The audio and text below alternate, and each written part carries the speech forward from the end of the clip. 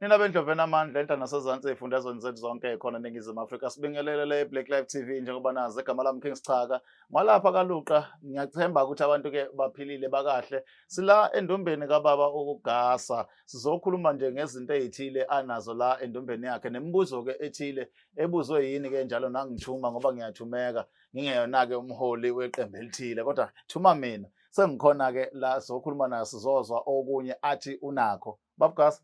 Sabingelela khe. Sibingelele kubabukeli be-Black Life TV. Sibingelele nakuwe msakazi King Sichaka.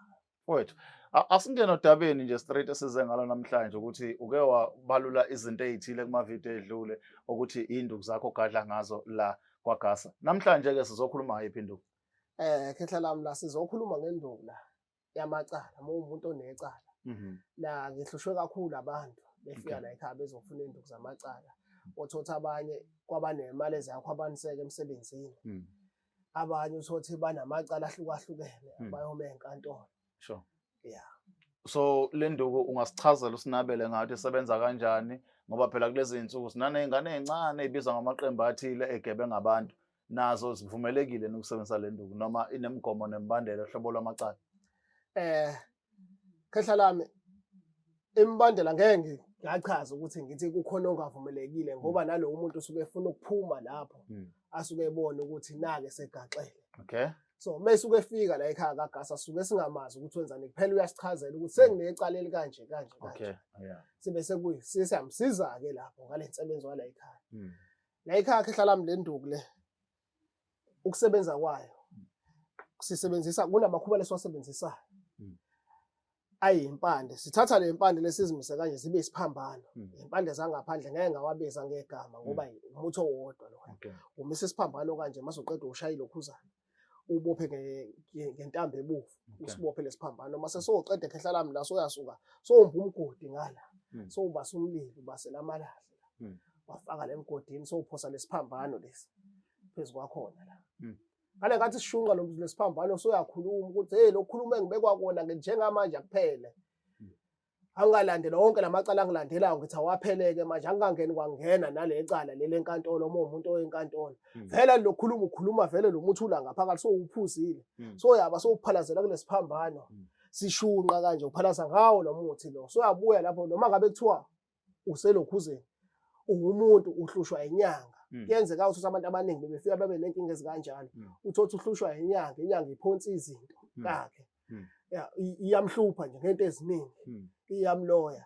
Lo muntu sesimthathe ke sibe simphalazisa ngaleyo nduku leyo. Yamacala athi yesibani wakabani ngithi kusuka manje. Lobunyanga bakho ke manje ngiyabuvala lesiphambano esibopha kanje ephuzile lo muntu lobunyanga bakho ke manje ngiyabuvala kuyothi kusushanela izigodlo ungake kufike umuntu asiphose kanje lokhuzeni la emalahleni ngale ngathi sishunqa athi bani wakabani ngithi kusuka manje wena umnyanga bakho kuphelile sengiyakuvala ke manje akufe yonke into na akufe imoto abephalaza la ekhuluma athi ngithi njengamanje ke ukuthi yabo ambize ngamagama amangaka ngamagama amangaka athi lo mnyanga bakho ke sekuphelile ke manje ke usaphinda ube inyanga wena. Aphalaze la emalahleni. Khehla lami ngiyakutshela uthe elindele ukuthi kuzongena abantu akuwe ngene ngisho nanoyedwa umuntu. Imoto zihamba zifa indlela yonke. Usuke uvalwe khehla lami akekho umuntu obuya kuvula.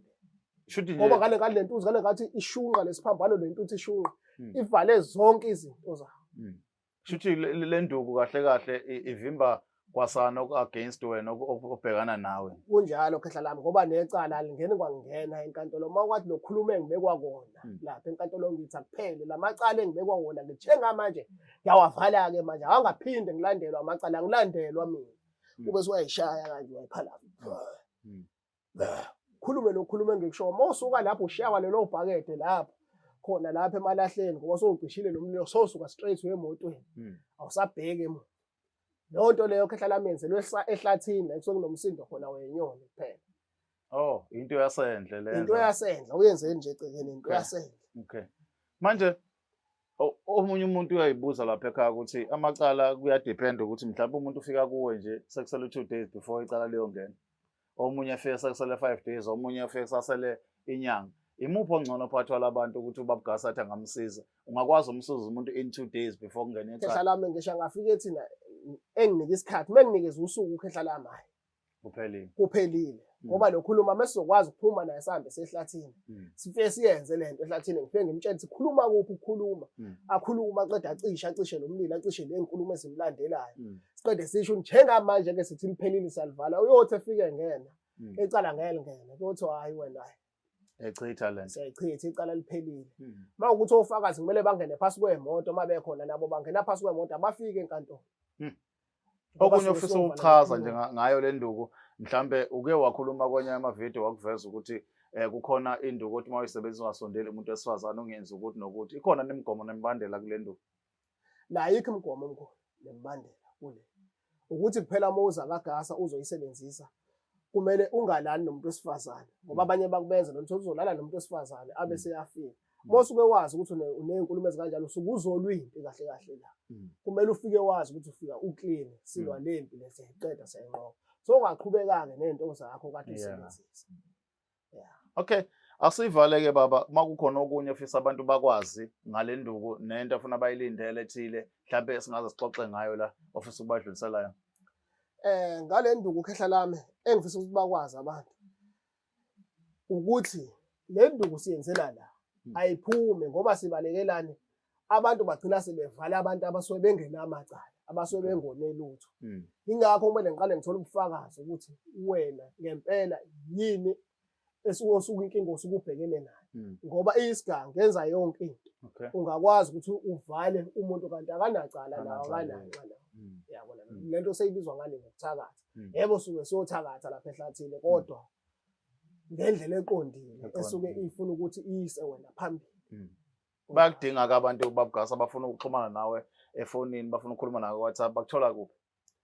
Bangithola inamba nethi 081 45 78 132 it's 081 45 78 132.